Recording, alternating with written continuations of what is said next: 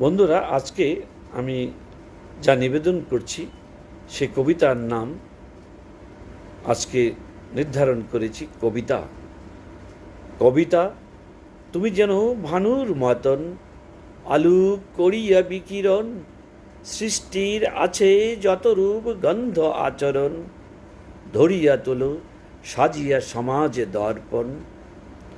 তুমি ছান্দসিক বাক্য বিন্যাস, তোমার বার্তা ছন্দলয় তালে মানুষের পাপ করে যে বিনাশ। তুমি কবির আবেগ অনুভূতি, তুমি মূর্খের হরণ করিয়া ত্রুটি।